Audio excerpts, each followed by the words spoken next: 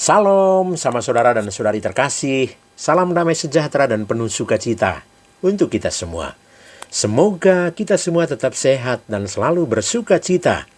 Kita berjumpa lagi dalam Renungan Lentera Jiwa pada hari Sabtu 29 Maret 2025. Pada Renungan Lentera Jiwa kali ini, saya ingin berbagi kisah yang saya beri judul Calo Surga. Sama saudara dan saudari yang dicintai Tuhan. Ada seorang pendeta melakukan perjalanan dari Bandung ke Jakarta bersama anaknya yang bernama Ling Ling. Ketika tiba di terminal, sang anak Ling Ling heran melihat orang berteriak tanpa istirahat. Jakarta, Jakarta Bu, Pak, mari, Jakarta segera berangkat. Ling Ling kecil semakin heran. Ketika bis sudah mulai berangkat, orang yang tadi berteriak-teriak malah tidak ikut ke Jakarta. Karena itu, Ling Ling bertanya kepada bapaknya, "Papa, siapa tadi yang teriak-teriak ajak orang pergi ke Jakarta? Tapi dia sendiri malah tidak ikut ke Jakarta." Papanya menerangkan, itu namanya calo. Cari makannya dengan cara itu.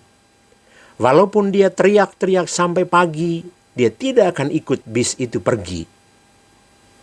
"Oh, jadi yang teriak-teriak itu namanya calo," sahut Ling Ling mulai paham.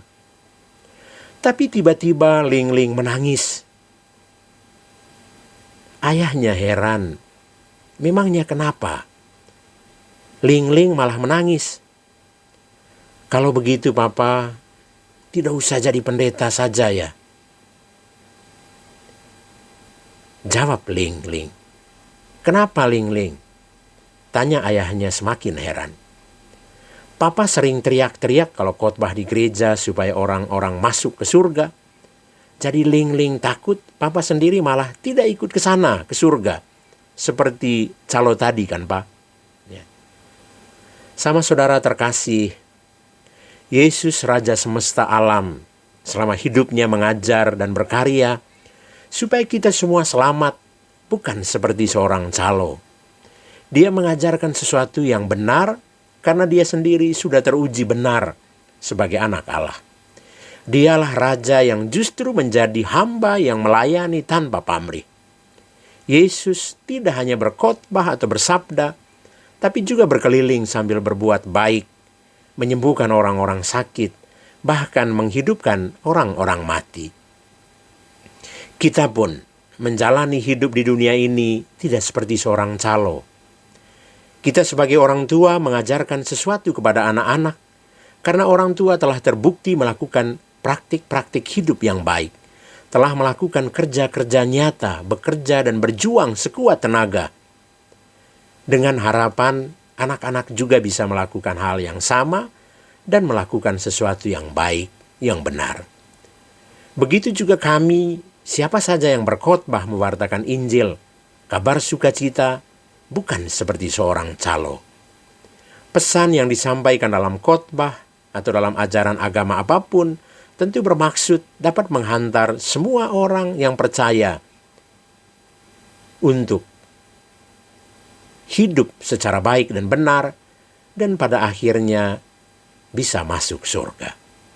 Mengajarkan tentang hidup yang baik dan benar tentu tidak hanya pandai berkata-kata, berteriak-teriak seperti seorang calo, tapi mesti ditunjukkan dalam praktik hidup yang baik dan benar. Ada satu ungkapan Latin, verba movant exemplat rahun. Kata-kata itu hanya menggerakkan, tetapi contoh atau teladan hidup memikat hati orang untuk bisa mengikuti kita. Hiduplah secara baik dan benar selama masih ada di dunia ini. Jangan pernah berperilaku seperti seorang calo untuk sebuah kebaikan bersama. Berbuat baik, bukan hanya di mulut atau sebatas lip service, tetapi harus ditunjukkan dalam hidup yang nyata. Sebab teladan hidup itu jauh lebih memikat orang untuk belajar dari kita daripada kata-kata tanpa praktik hidup yang nyata. Atau orang sering katakan NATO, not action, talk only.